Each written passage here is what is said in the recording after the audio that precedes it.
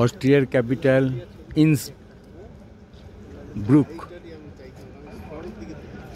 ইন্সব্রুকে আমরা হোটেল অলিম্পিয়াতে ছিলাম।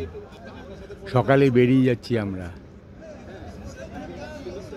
চারিদিকে অপূর্ব সিনারি, বরফের গায়ে, পর্বতের গায়ে বরফ পড়ে রয়েছে। খুব সুন্দর লাগছে দেখতে, খুব সুন্দর লাগছে দেখতে। এই যে আমাদের হোটেল অলিম্পিয়া, আর এই আমাদের বাস সেট্রা।